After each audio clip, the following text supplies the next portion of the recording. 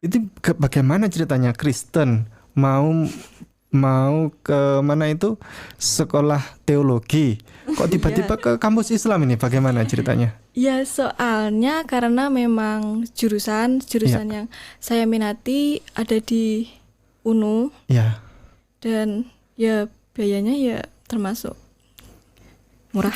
terjangkau, iya, Benar. heeh. Ya terus lanjut. Oke, lanjut Jadi saya bilang kepada Bu Pujiati, eh, seandainya kalau bersyahadat kami tunggu begini caranya. Mungkin kalau bersyahadat minta tolong agar Pak Agus yang mengantarkan ke masjid. Nah itu akhirnya kami minta syarat seperti itu. Ternyata beneran yang nganter. Padahal sebelumnya perang dunia ya, sama Pak Agus perang dunia. Pak Agus tidak berkenan istri tercinta ini bersyahadat. Cuman Pak Agus akhirnya nganter ke Masjid At-Taqwa Blitar, dan akhirnya saya kebetulan waktu itu datang terlambat ya Ustadz, datang terlambat. Dan saat datang waktu itu tiba-tiba beliau mendekati saya, beliau mencari saya, terus kemudian beliau menyampaikan saya mau bersyahadat gitu. Loh, kenapa Pak? Saya terharu lihat istri sholat gitu kan. Saya terharu dan saya kepingin jadi imamnya katanya. Oh, itu mau saya peluk, saya terharu luar biasa. Nah, peristiwa itu menjadi momen bersejarah di mana ada suami istri bersyahadat dengan kondisi yang tidak disangka-sangka. Nah, di samping saya, beliau adalah Ustadz Dr. Sri Widodo. Beliau adalah Ketua Lembaga Dakwah Khusus Muhammadiyah, pimpinan daerah Muhammadiyah Kota Blitar. Sampingnya adalah istri beliau tercinta. Nah, ini adalah momen yang berbahagia karena ini adalah momen yang kami tunggu-tunggu sudah bertahun-tahun setelah Bu Pujiati atau Bu Agus ya. Bu Agus bersama Pak Agus itu bersyahadat, namun anak-anaknya tidak ada yang ikut. Nah, bertahun-tahun kita berkomunikasi bersama-sama, semua pihak saling silaturahim, termasuk ada peran dari Ustadz Dr. Sri Widodo. Jadi kita menunggu momen itu, dan di depan saya ini Ananda Vera ini dulu pernah saya tanya, apa cita-cita Ananda? Saya tanyakan, apakah berkenan masuk Islam? Walaupun sedikit Mbak Vera, saya masih ingat itu. Saya masih ingat itu. Videonya masih ada, insya Allah masih ada. Videonya di YouTube masih ada. Saya masih ingat, saya tanya kepada Mbak Vera, Mbak Vera, ada keinginan masuk Islam nggak? Walaupun sedikit saja. Jawaban Mbak Vera, enggak tuh. Enggak ada. Kemudian, apa cita-cita Anda? Jawabannya Mbak Vera, saya ingin jadi penginjil kalau nggak salah. Betul tidak? ya. Iya. Dan ingin sekolah ke Semarang kalau tidak salah dulu ya. Semarang ya. Ya. Sekolah ini apa namanya? Teologi. Sekolah teologi. Ya. Pilihannya kemana dulu? Ya ke Semarang, kalau enggak. Alkitab Batu. Mana? Iya. Ke Alkitab Batu. Saya bilang, gak apa-apa kalau mau sekolah, gak apa-apa. Kalau butuh support juga gak apa-apa, misalnya ke sekolah Alkitab, gak masalah, saya bilang gitu. Dan kalau pesan saya waktu itu, kalau mendalami Alkitab, dalami sekalian gitu. Jadi jangan separuh-paruh. Kalau mau menjadi seorang penginjil, seorang ahli teologi, dalami sekalian gitu. Jangan separuh-separuh. Nah, sebuah momen yang kami cukup terkesiap ya, terkesiap. Dikala beberapa hari yang lalu Mbak Vera menyatakan ingin bersyahadat, dan alhamdulillah waktu itu langsung karena harus disegerakan kan, harus disegerakan ini. Apalagi Mbak Vera dulu kan, ini kita gadang-gadang nih, Mbak Vera ini kapan ini bersyahadat. Alhamdulillah yang lalu langsung WA kepada Bunda, waktu KKN mahasiswa kemarin. Ya. Ya.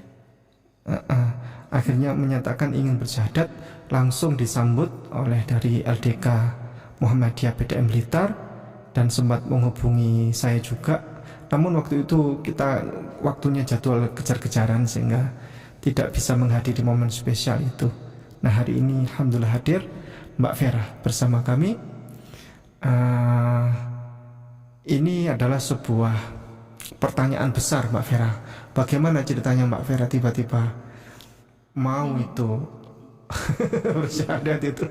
Apa yang terjadi, Mbak Vera? Yang terjadi jadi waktu itu kan waktu KKN.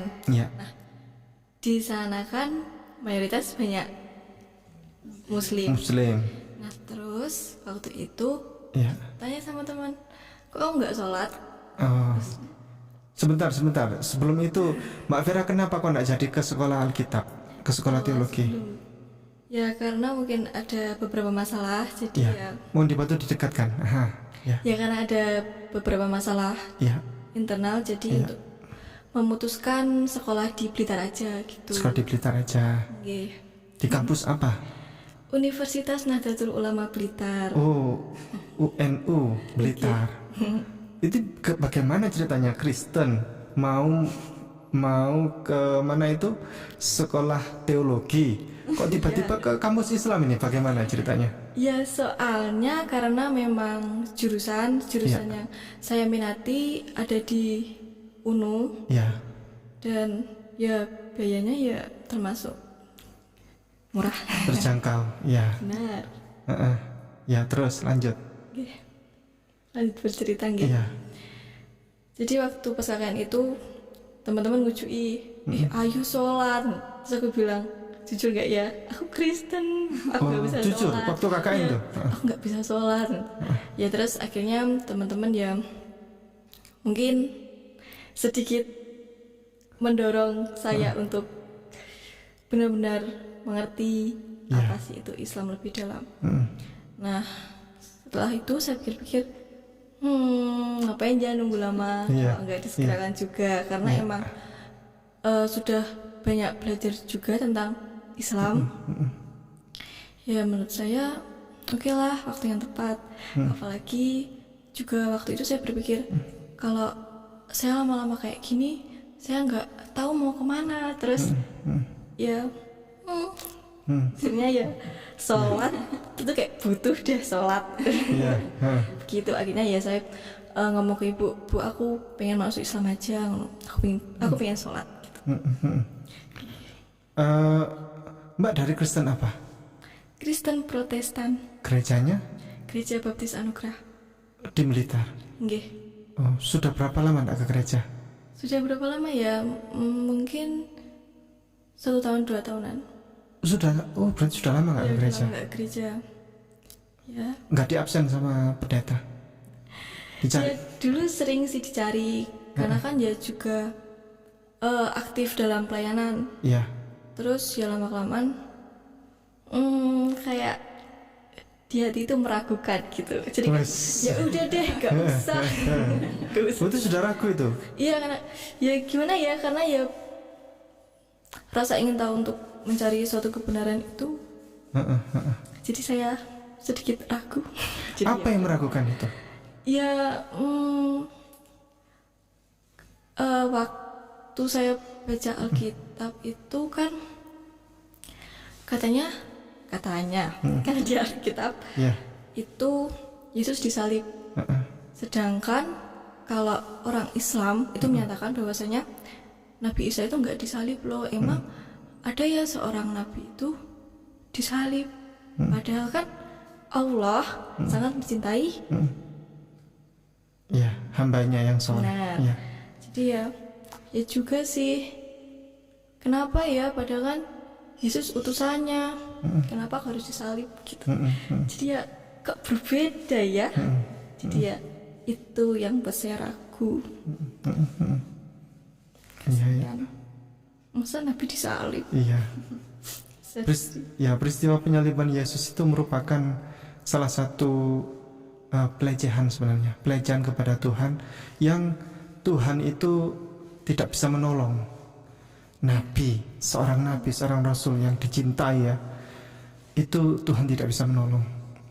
Padahal di Alkitab ini diceritakan Yesus bisa menghilang, Yesus bisa merubah wajah, Yesus bisa berpindah tempat, ada semuanya. Kapan-kapan lah kita bahas ya. Jadi tapi tiba-tiba di momen penyaliban itu yang Yesus menolak, menolak ditangkap, Yesus menolak untuk disalibkan, dan bahkan Yesus sampai berkeringat darah itu kan, mengucur keringat darahnya itu sampai peluhnya itu sebesar netes-netes ke tanah itu kan. Iya. Dia menolak itu, dia tidak mau. Kemudian yang lalu teriak waktu disalib itu kan, Eli, Eli lama sabakhtani, artinya Allahku, Allahku, mengapa engkau meninggalkan aku itu kan. Nah itu salah satu seperti pelecehan kepada Tuhan, bahwa Tuhan tidak mampu menyelamatkan seorang hambanya yang saleh. Padahal Nabi Ibrahim diselamatkan dari api ya kan. Terus Nabi Musa diselamatkan. Dia nggak tahu Nabi Musa itu kalau tiba-tiba laut itu bisa terbelah oleh tongkatnya itu kan, diselamatkan. Siapa saja, Nabi Yunus diselamatkan dari ikan ya, dari perut ikan itu. Nabi Yunus tidak tahu kalau dirinya ternyata hanya selamat, tapi Allah menyelamatkan. Banyak nabi-nabi yang lain semua diselamatkan. Nabi Nuh ya diselamatkan dari banjir yang besar. Ini Nabi Isa, Yesus itu sesungguhnya diselamatkan juga. Iya. Diselamatkan juga. Dan yang teriak-teriak tadi, Eli, Eli lama sabakhtani, itu benar kata Mbak Vera tadi, itu bukan Yesus. Bukan Yesus. Dan panitianya juga nggak ada. Panitia penyaliban untuk penebusan dosa nggak ada toh? Nggak ada. Semuanya itu tiba-tiba terjadi secara mendadak. Lanjut Mbak. Lanjut. Apalagi yang meragukan?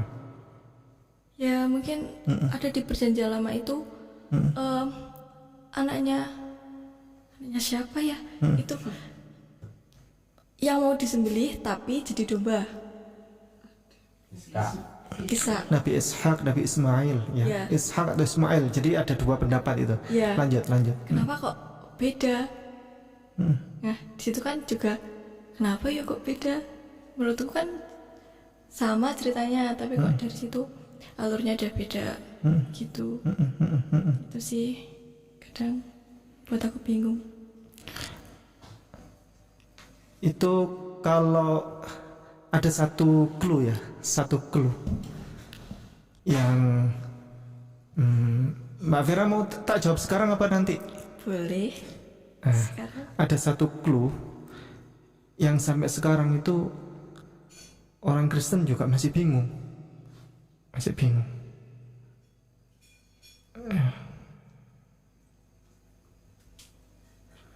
Adanya di Kitab Kejadian pasal 22 ayat 2. Kitab Kejadian. Mungkin Mbak bisa ambil di sini. Kitab Kejadian pasalnya 22 ayatnya 2. firman-Nya, ambillah anakmu yang tunggal itu yang engkau kasihi, yakni Ishak. Pergilah ke tanah Moria dan persembahkanlah dia di sana sebagai korban bakaran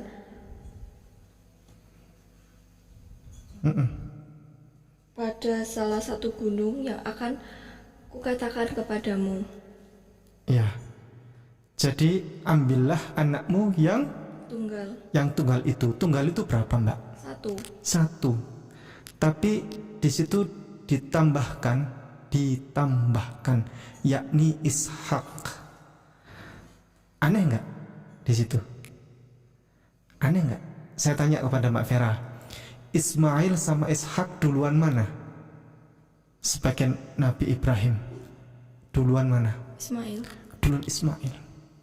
Jadi ceritanya Nabi Ibrahim itu lama tidak punya anak, ya kan?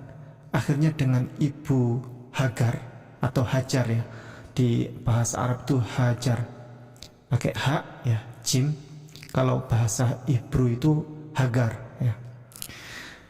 Dia punya anak dengan ibu Hagar ini, namanya Ismail.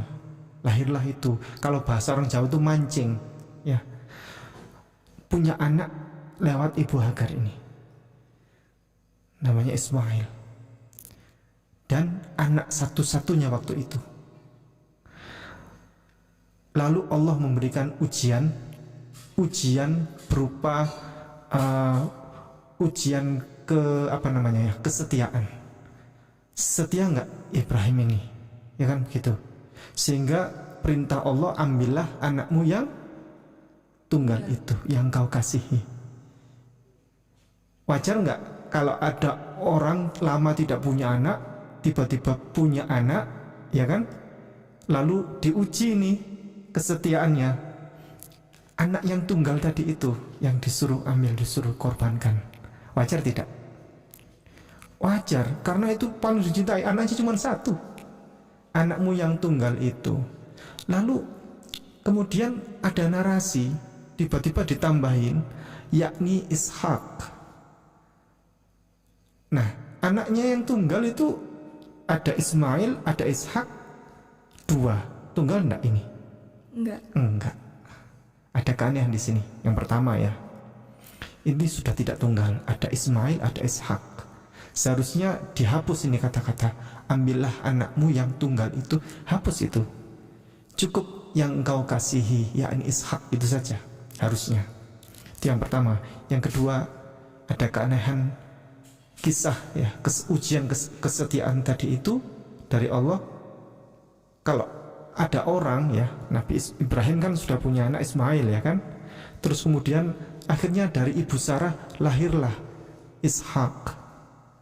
Nah, Ishak ini di dalam Bible ini, inilah yang disuruh ambil untuk dikorbankan tadi itu. Tetapi di sini katakan tunggal, tapi ini menurut saya bukan ujian kesetiaan, karena masih punya anak satu lagi, nggak masalah ya kan? Iya. Sama seperti ada orang begini, Mbak. Ada orang punya rumah satu-satunya. Reot, rumahnya reot, kecil reot, mau roboh. Rumah gedek ya, dari kayu. Ibunya sakit lama, sakit keras, dan membutuhkan biaya ke rumah sakit. Lalu ujian kesetiaannya, satu-satunya aset untuk membiayai ibu tadi hanya rumah reot itu. Itu yang bernilai ujian kesetiaan. Wajar enggak itu kalau ujian kesetiaan? Wajar. Tapi kalau rumahnya banyak, dia punya 2 rumah nih, ya kan? Rumahnya satu ada di sini, satu ada di sini. Ibunya sakit nih, masuk rumah sakit. Bukan ujian kesetiaan. Jual satu, masih ada satu, ya kan? Tapi ujian kesetiaan tertinggi itu ketika memang hanya sisa satu-satunya itu. Ini keanehan tadi, 2 keanehan itu. Terus kemudian dirubah lagi. Itu kan Bible edisi TB kan ya, yang TB yang lama, Mbak. Pencetaknya Lembaga Alkitab Indonesia, LAI. Sama, ini LAI juga. Tapi ini TB2 terbaru tahun 2023. Coba Mbak buka ayat yang sama. Kejadian pasal 22 ayatnya 2. Dirubah lagi, Mbak.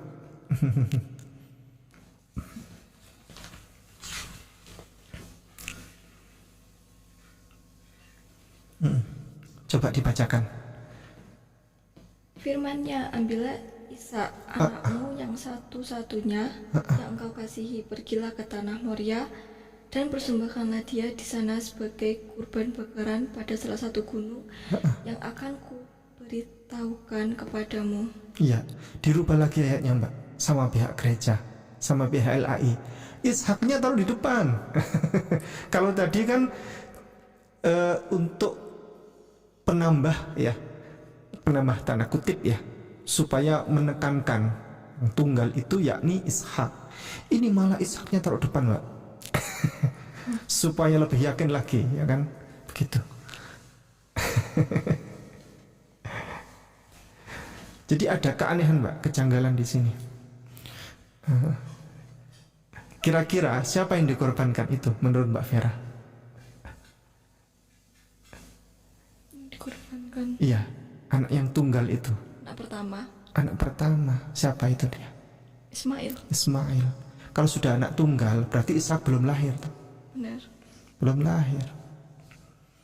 Apalagi yang TB2 tadi masih ada kata satu-satunya.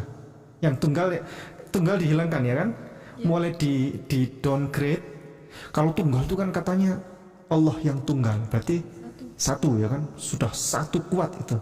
Jadi kata tunggal dihilangkan, diganti jadi satu-satunya. Lebih slow lagi, lebih soft lagi. Yang satu-satunya yang masih, kalau anak saya satu-satunya tadi itu, berarti saya tidak punya anak lain toh? Ya. Bukan satu kesatuan ya, satu-satunya. Aneh tidak lah, Ismail kemana ini kalau satu-satunya? Ismail kemana? Begitu. Lanjut Mbak. Ada keanehan apa lagi? Ada kejanggalan apa lagi Mbak Vera selama bertahun-tahun itu sehingga mengurungkan Mbak Vera untuk bersekolah Alkitab itu, sekolah teologi? Tadi yang pertama Yesus disalib, ya kan? Yang kedua, luar biasa Mbak Vera ini. Ini apa namanya? Otaknya jalan, Mbak Vera. Logikanya jalan. Karena saya mengutip dari perkataan mantan uskup terkemuka dunia, namanya John Shelby Spong. Mungkin nanti bisa dicari di Google ya. John Shelby Spong. Dia murtad dari Kristen. Dia keluar dari keuskupan. Dia seorang mantan uskup. Dan dia berkata begini, tidaklah mungkin seseorang yang berakal sehat ini, yang menggunakan akal sehat, sementara dia beragama Kristen. Begitu. Dia sudah gak mau jadi lagi uskup, karena menurut dia akal sehat saya gak dipakai. Begitu. Lanjut Mbak Vera. Asik ini Mbak Vera ini.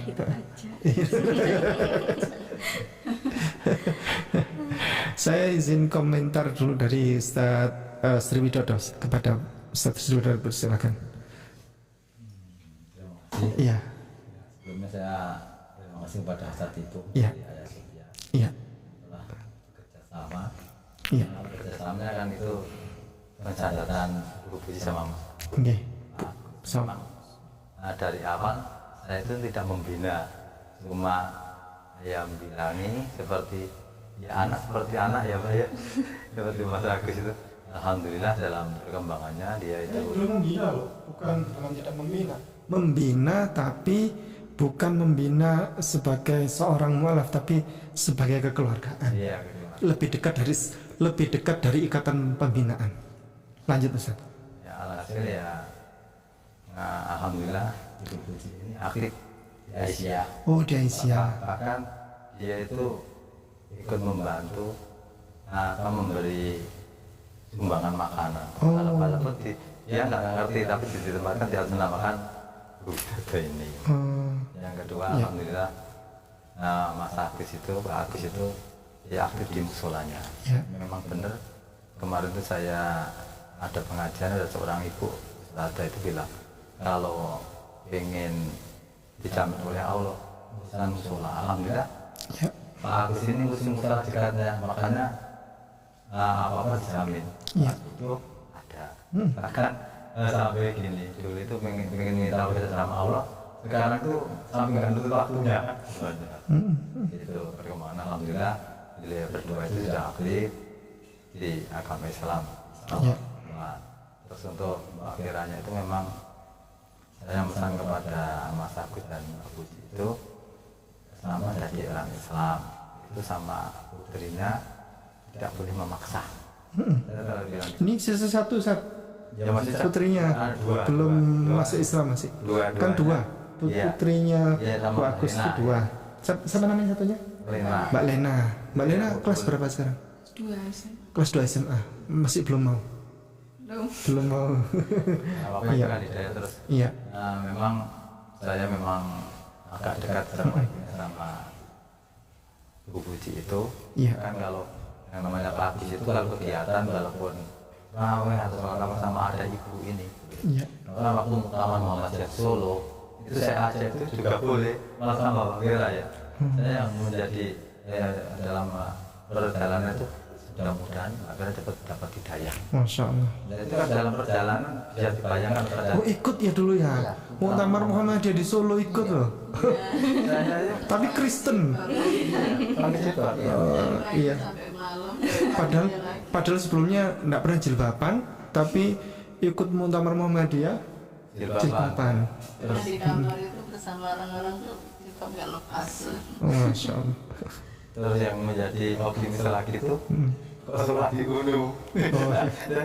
Alhamdulillah jilbaban terus. Mudah-mudahan Allah memberi hidayah terus. Ya saya biasanya cuma pesan sama Mbak Puji, oh jangan dipaksa. Yang kedua, mohon maaf Mbak Vera ya, karena selalu kalau ada makan tuh ini untuk Mbak Vera. Termasuk alhamdulillah diberi korban oleh Ayah Soga itu, saya izin sama Ustadz itu. Ini sapilnya untuk Mbak Vera ya. Alhamdulillah. Terus kemarin alhamdulillah juga dikasih sapi satu. Alhamdulillah juga Mbak Vera saya jalan sendiri. Alhamdulillah. Hasil saya juga sempat kaget. Mbak Puji itu saya lebih senang ambil berat. Terus ngomong gitu. Jadi, itu seperti saya juga bingung. Pulangnya kapan nih KKN? Terus dia itu mintanya itu Rabu pagi pas subuh ya. Pulangnya kapan tuh Pak? Pulangnya itu Selasa sore Pak ya. Ini kalau terbaca bisa. Alhamdulillah, asal izin Allah, saya menghubungi teman-teman dari PDM Muhammadiyah, oke. Dan Ustaz Kiai yang dulu misalkan Pak Puji, juga Kiai Haji Rusdianto, sarjana agama juga Rawo. Kebetulan ketua PDM-nya mau datang karena sakit ya, jadi tidak bisa datang.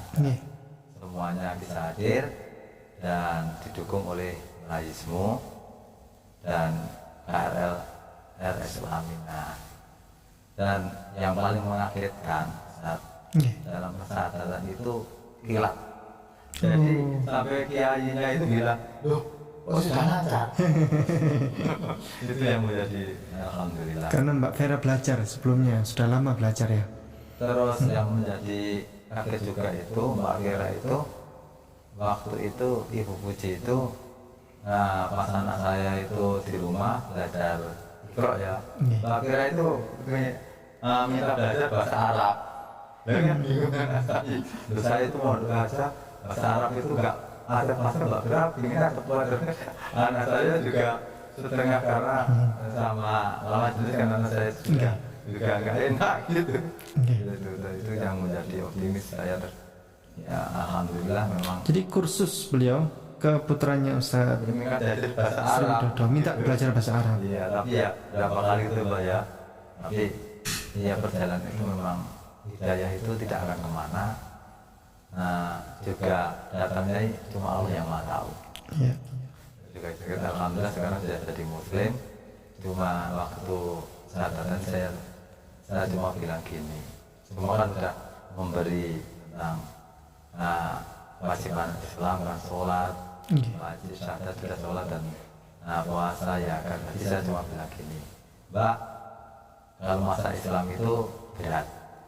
Pertama berat sampai itu tidak boleh berani sama orang tua karena orang durhaka kepada orang tua itu tidak akan masuk surga. Itu cuma bilang gitu. Dan kedua nanti kalau sudah punya suami tidak boleh berani sama suami. Nah itu beratnya orang masuk Islam. Saya kira keterangan sementara itu Ustaz. Alhamdulillah ini saya memang janji sama Ibu Putih nanti mudah-mudahan kalau saya di pencatatan kita semua ke Ustaz Ibu. Alhamdulillah sama oleh Allah diberi kemudahan bisa semua ke sini. Alhamdulillah Dengan lancar. Waktu itu memang saya bilang Ustaz nggak usah nunggu saya bilang gitu, langsung aja segerakan itu Vera, kasihan biar segera bisa bersyahadat. Bagaimana tanggapan Ustazah? Boleh? Nggih. Alhamdulillah apa yang dikatakan oleh Pak Widodo bahwa Mbak Vera itu awalnya seperti nggak mungkin. Kaget juga. Alhamdulillah. Tapi gagal loh, katanya itu kemarin sempat berdebat katanya itu sama ini Ustadz Ipung. Ya, tapi kalau hidayah itu ya nggak kemana, saya bilang gitu. Insya Allah ini, alhamdulillah. Kemarin itu kita ya sampai haru biru gitu. Jadi saking senangnya gitu. Sampai anak saya pulang tuh yang nomor 2 kan di Jogja ya. Iya. Gak bisa pulang karena sesuatu gitu ya. Alasannya dia itu pendamping maaf loh. Dek yang LDK itu papa kamu, tapi saya kan anaknya LDK, jadi saya pendamping. Iya, Oh mau pulang karena Iya, semakin Iya. pengen deket ke sini Ustaz, yang Oh, dekat tadi. aku ikut ya nanti kalau ke Ustadz Ipung. Oh iya bisa, dia bilang gitu. Oh enggak ikut ternyata hari ini. Sudah kembali ke Jogja, Kembali. liburnya cuma 3 hari. Kan Kamis itu saya tanya Ustaz Ipung, kalau beliau panjenengan masih di Jakarta, jadi kan dia Kamis sore sudah kembali ke Jogja. Nggih. Nggih. Semesternya sama dengan Mbak Spera gitu. Oh iya, iya. Mbak Vera semester berapa sekarang? Semester 5. Semester 5. Ya, Oh, berarti dulu udah berapa tahun dulu ketemu sama saya yang saya tanya nggak mau masuk Islam itu berapa tahun itu? 2 tahun. Dulu SMA kelas berapa? SMA kelas Udah 23, SMA. 2020 sama Mbak Puji itu ya. Oh iya, 2020. Kelas 2. Kelas 2, berarti sudah 4 tahun ya? Ya. Udah 4 tahun ya? Nggak terasa ini. Iya, iya, iya, iya. Mbak Vera sekarang sudah masih ingat tidak rencana cita-cita ingin jadi penginjil dan lain sebagainya itu? Terus sekarang kemana ini? Itu cita-citanya itu kemana itu? Ditanya bisnis Oke. Lebih S2 ini? Ya, Ini jurusan apa Mbak Vera? pendidikan bahasa Indonesia. Oh, pendidikan bahasa Indonesia. Ya. Oh, itu mata pelajaran paling sulit itu. Nggak ada yang bisa dapat 100. Ya. Ya, kemudian Mbak Vera ini waktu kemarin memutuskan bersyahadat itu ada sempat kepikiran nggak jadi deh gitu kan. Jadi nggak jadi deh gitu. Ada kepikiran gitu nggak? Enggak Nggak. kepikiran sih. Sudah yakin waktu itu Ya, bersyahadat. Ini sekarang menyesal tidak? enggak Nggak menyesal sama sekali. menyesal. Di Islam itu benar tadi yang dikatakan Ustadz Sri Widodo. Tapi seringkali orang Kristen itu salah paham. Di Islam itu dikiranya Islam itu merendahkan wanita. Jadi seorang wanita harus taat pada suami. Bukan seperti itu sebenarnya. Tetapi konsepnya memang seperti itu. Cuman itu dalam rangka penataan ya, traktat supaya kehidupan sebuah keluarga itu menjadi harmoni. Karena dalam satu organisasi harus ada pemimpin satu toh. Kalau semua jadi pemimpin, rusak itu organisasi. Dalam satu keluarga juga harus ada satu orang pemimpin. Kalau semua jadi pemimpin, maka jadinya bertengkar. Satu perahu, satu nahkoda. Kalau satu perahu 2 nahkoda, satunya ke sana, satunya dayung ke sana, nggak jadi itu keluarga itu. Perahu itu nggak jadi berlayar itu dengan tujuan yang sama, nggak jadi. Tetapi begini, Mbak Vera, ada satu cerita ini dari negara Timur Tengah. Waktu itu ada seorang wanita ingin murtad.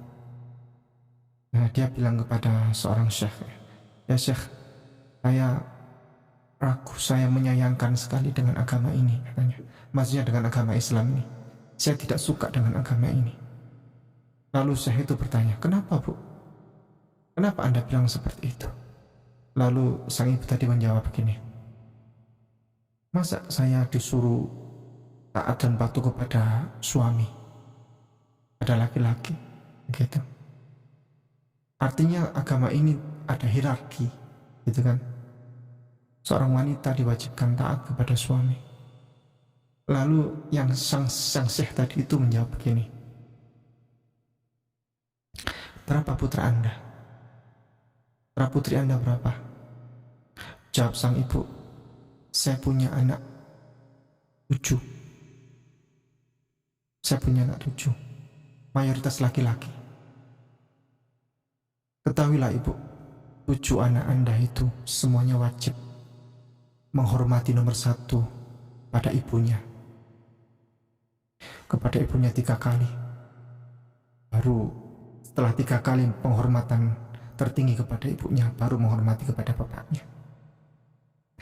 Ke-7 anak ibu. Itulah Islam, kata Syekh itu. Ibu tadi menangis. Jadi Islam itu merupakan agama yang paling menghormati wanita, menempatkan wanita itu di tempat yang tertinggi. Kalaupun ada ketaatan kepada suami, itu adalah bagian dari tatanan sebuah organisasi ya, lembaga kecil bernama keluarga itu. Tapi kalau semuanya menjadi pemimpin, semuanya habislah keluarga itu, nggak jadi keluarga yang baik. Begitu Mbak Vera.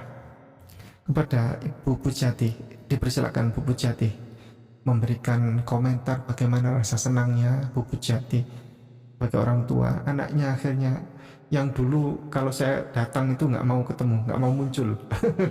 Saya datang nggak mau muncul. Silakan Bu Pujati. Alhamdulillah, Iya. senang sekali. Iya. Iya. SMS malam-malam, Iya. saya buka pagi, nggak Iya. tahu kalau malam ada ya dari Vera kalau mau masuk Islam. Terus saya sangat pengen mau meluk, tapi anaknya KKN, iya. Terus saya terus takbir, ya Allah, Allah Bapak. Sangat senang sekali, ya Allah. Pas pagi itu kan Ustaz, Iya. ada drama ya Buya Yahya ya. Iya ya mungkin iya. Dan itu ingin masuk Islam karena menikah dan hidayah. Itu harus disegerakan walaupun jauh. Nah, itu kan jawaban saya itu pas Ustaz. Iya. Pas pagi itu kakak apa nih SMS apa langsung video call Kak sahadatnya kata gitu. Anak harus disegerakan. Iya. Aduh, saya sangat Iya. senang sekali. Nggak mau, tapi Mbak Vera. Gak mau. Gak mau ya. Terus sore Pak, sore pulang. Ibu saya sore pulang. Terus saya konfirmasi sama Bapak.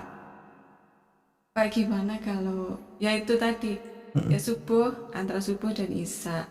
Terus ya setelah isya itu saya harus mensegerakan keinginan putri saya untuk syahadat.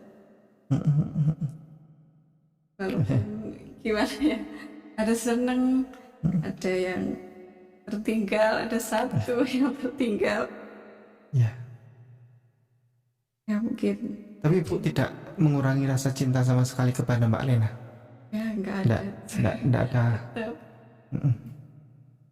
Malah tambah saya Iya. cinta sekali sama Mbak Lena. Oh, Mbak Vera juga berkurang nggak? Enggak. Oh, Semuanya tetap Iya. anak saya. khawatir tambah sayang kepada Mbak Lena atau kepada Mbak Vera sudah masuk Islam.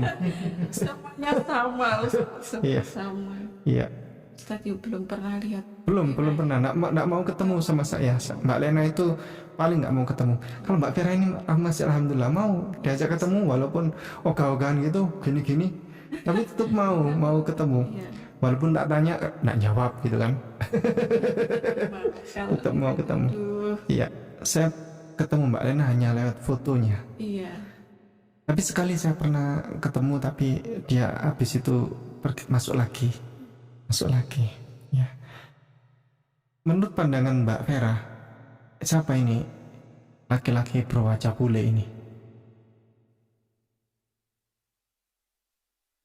Yesus? Siapa menurut Mbak Vera Yesus itu? Utusan. Iya, utusan Allah ya kan? Ya, utusan Allah. Utusan Allah. Bagaimana Mbak Vera meyakini kalau ini adalah utusan Allah? Kenapa dia bukan Tuhan? Karena orang Kristen ya menganggap ini adalah Tuhan, Yesus ya Allah, Allah ya Yesus gitu kan.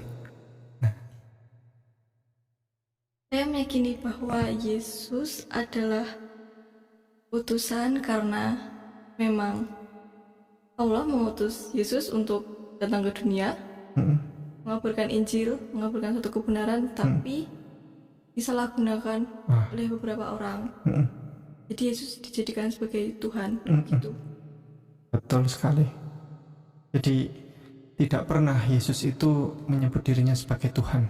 Benar. Tidak ada. Terus kemudian tidak pernah Yesus itu menyebut dirinya sebagai Allah. Tidak ada. Ya, yang ada adalah Nabi, Rasul Allah. Merupakan satu keanehan ketika tiba-tiba tahun 325 dalam Konsili Nikea, sebuah pertemuan besar, dan itu diputuskan bahwa Yesus adalah Tuhan, dilantik ya sebagai Tuhan. Sebelumnya tidak ada itu pelantikan pengesahan Yesus sebagai Tuhan. Tahun 325 Masehi itu semua orang udah banyak tahu Konsili Nikea ya. Pertemuan yang kira-kira Yesus ini siapa gitu kan, menjadi pertanyaan besar, dan akhirnya diputuskan dalam sidang itu, mulai ke hari ini kita putuskan bahwa Yesus adalah Tuhan. Nah begitu. Namun kalau kita belajar di Alkitab ya, kalau Mbak Vera mungkin waktu itu sekolah di sekolah teologi ya, itu kita dapat menjumpai melalui lorong waktu ini kan Alkitab ini kan lorong waktu, kita bisa tahu banyak tentang Yesus dari apa yang termaktub di sini ya kan. Yesus ini ternyata orang soleh loh, orang soleh. Dia adalah hamba Allah, dia bukan Tuhan, dia orang soleh, orang baik, yang tata cara hidupnya itu selalu mengejawantahkan bahwa dia adalah seorang hamba Allah yang soleh. Bahkan tegas ya di kitab Ibrani pasal 5 ayat 7, mungkin Mbak Vera boleh minta tolong dibantu. Ibrani ya, perjanjian baru yang belakang, Ibrani pasal 5 ayat 7. Dalam hidupnya sebagai manusia, ia telah mempersembahkan doa dan permohonan dengan tatapan tangis dan keluhan kepada Dia yang sanggup menyelamatkannya dari maut, dan karena kesalehannya ia telah didengarkan. Karena kesalahan Yesus ya, Kesalehannya ia didengarkan oleh Allah, doa-doanya didengarkan oleh Allah, ratap tangisnya didengarkan oleh Allah. Bayangkan, Yesus itu dalam hidupnya berdoa, meratap tangis, dan seterusnya kepada Tuhan. Masa ada Tuhan berdoa kepada Tuhan? Kalaupun Yesus Tuhan, masa Tuhan berdoa kepada dirinya sendiri? Kan tidak mungkin. Nah, kalau ada orang curhat kan tidak mungkin kepada dirinya sendiri. Apalagi itu berdoa, bukan curhat lagi ya, tapi berdoa. Jadi ini bahkan Yesus itu karena kesalehannya lah ya, sampai Tuhan itu mendengarkan. Bayangkan kalau Yesus tidak soleh, apakah Allah tidak mendengarkan? Kan begitu. Di Alkitab ini hanya bagus-bagus, cuman yang macam begini tidak pernah dibacakan di gereja. Kayak gini nih Mbak, ini Yesus terakhir ya sebelum kita akhiri. Ini Yesus ini menghidupkan orang mati.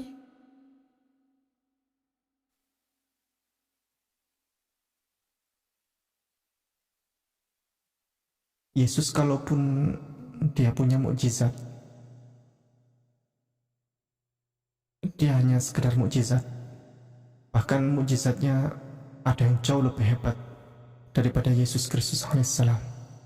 Kalaupun dia hanya menghidupkan orang mati, Nabi Ibrahim itu bahkan pernah diperintahkan oleh Allah ya, burung itu dipecah belah, kepalanya di mana, terus kemudian kakinya satunya di mana, ekornya dia pecah belah, pokoknya kecil-kecil dilempar, satunya ke bukit sana, satunya ke bukit sana, satunya ke atas sana, ke bukit sana ujung sana, satunya ekornya ke sana, kakinya ke sana, lalu dikumpulkan oleh Nabi Ibrahim lagi, dan burung itu menjadi terbang lagi, hidup lagi. Bayangkan. Kalau Yesus itu karena menghidupkan orang mati, kemudian dia dianggap sebagai Tuhan. Dan Nabi Ibrahim dikemanakan, kan begitu. Jadi sebenarnya semua mukjizat Nabi Yesus alaihissalam itu ada tandingannya begitu. Nabi yang lain bahkan ada yang lebih besar daripada itu. Bahkan mukjizat Nabi Musa ya, itu kelasnya itu lebih berkelas daripada mukjizatnya Yesus alaihissalam.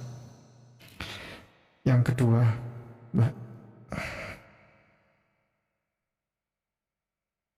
ini Yesus lagi ngapain? Berdoa. Berdoa. Yesus itu kegemarannya berdoa.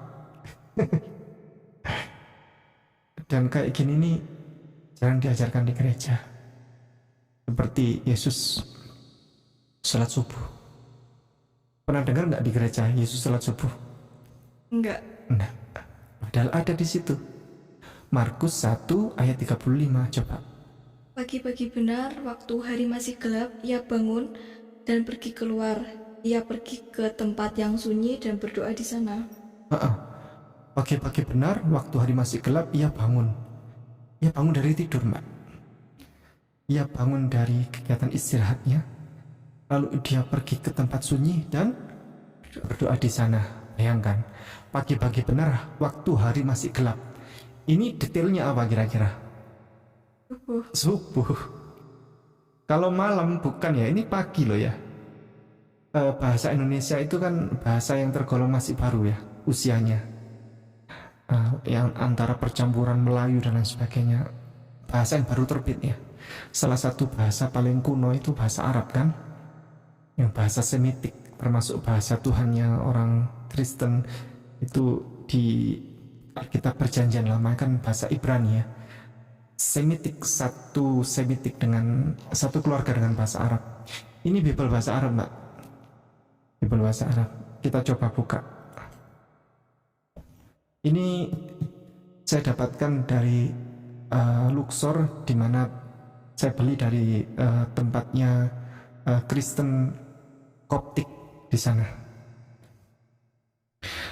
Kita buka kitab Markus. Ini kalau Mbak Vera mulai senang baca huruf Arab, ini namanya Injilu Markus.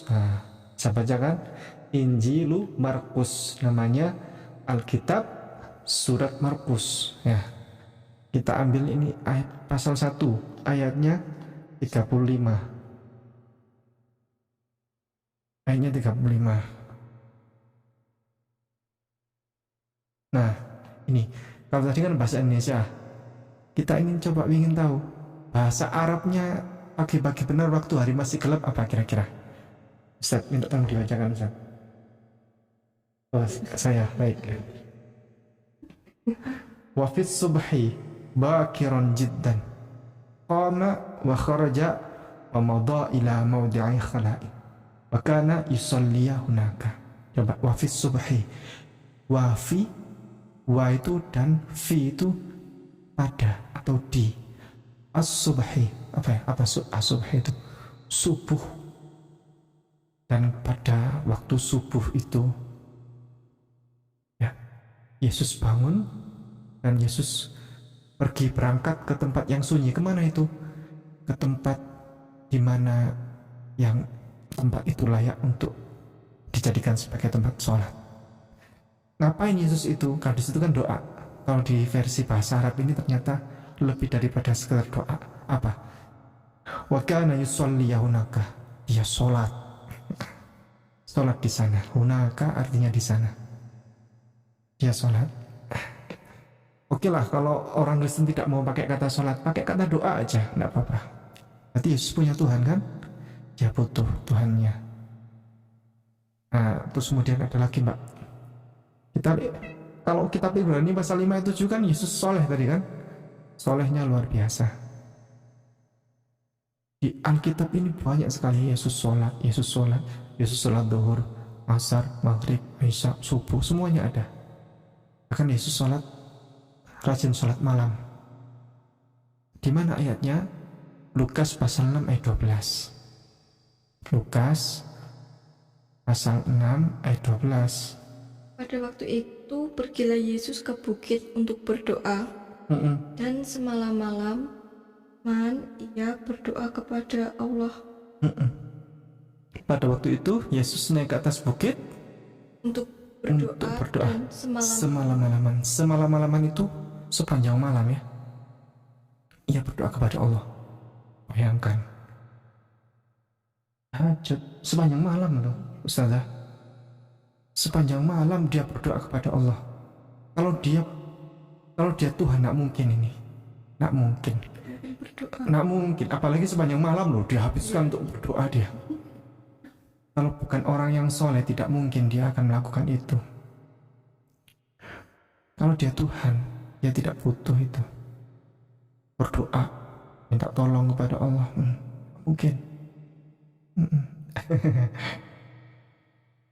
Begitu Mbak. Jadi Yesus naik ke atas bukit dan sepanjang malam, semalam-malaman dia berdoa kepada Allah. Apa kata Bible bahasa Arab? Saya bacakan. Ini pasal 6 ayat 12. Kita bacakan ayat 12. Mana ini ayat 12? Nah ini.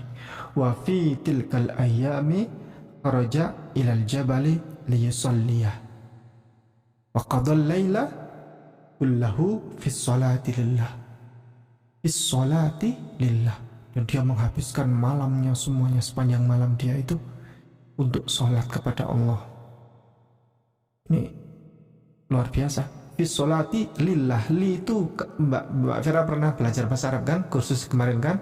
Sebelum masuk Islam itu. Li itu adalah untuk. Lillah, untuk Allah. Wa fis sholati lillah. Dia sholat untuk Allah. Dia sholat kepada Allah. Kalau Yesus itu Tuhan, masa dia sholat untuk dirinya sendiri? Tidak mungkin kan? Ini seorang hamba sebagaimana Mbak Vera sholat kepada Allah, ibadah kepada Allah. Mbak Vera ada komentar sebelum kita akhiri? Tidak, terima kasih.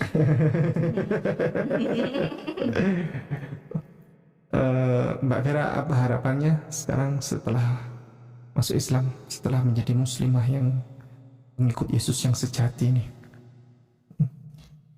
Menjadi pengikut Yesus lebih baik lagi. Weh, luar biasa, menjadi pengikut Yesus yang lebih baik lagi. Nah, rajin sholat supaya ya, kan Yesus sholat, masa nggak sholat? Iya, betul. Kemudian Mbak Vera ini termasuk pencinta Yesus bukan?